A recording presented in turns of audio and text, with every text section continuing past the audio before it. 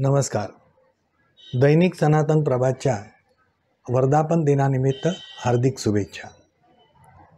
दैनिक सनातन प्रभात हे एक महाराष्ट्रातलं अग्रगण्य असलेलं एक वर्तमानपत्र आहे. ह्या वर्तमानपत्रामधनं केवळ बातम्या नसतात, तर बातम्यांमागे लोकांमध्ये जनजागृती करण्याचाही विचार त्याच्यात समाविष्ट असतो. मग ह्या बातम्या केवळ राजकीय स्वरूपाच्या नसतात, त्याच्यात धार्मिक, सांस्कृतिक, आध्यात्मिक अशा विविध प्रकारच्या बातम्यांचा समावेश केलेला आहे.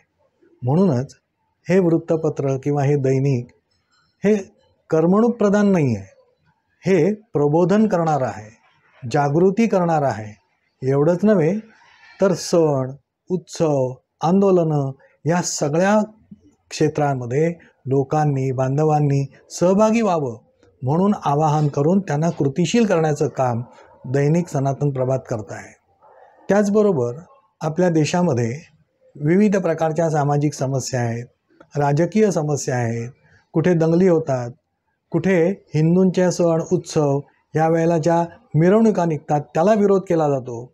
अशा बाबतीत या विरोधकांना विरोध करून आपल्याला सनदशीर मार्गाने कशा प्रकारे न्याय प्रस्थापित करता येईल ह्याचंही मार्गदर्शन ह्या दैनिकातून केलेलं असतं. महत्त्वाचा भाग असा आहे की आपल्याकडे विविध प्रकारचे सण आणि उत्सव साजरे आपण करत असतो. प्रत्येक उत्सवामागचं नेमकं कारण काय, ते कशा प्रकारे साजरे करायचे असतात ह्याचं पूर्ण ज्ञान सर्वसामान्य बांधवांना नसतं.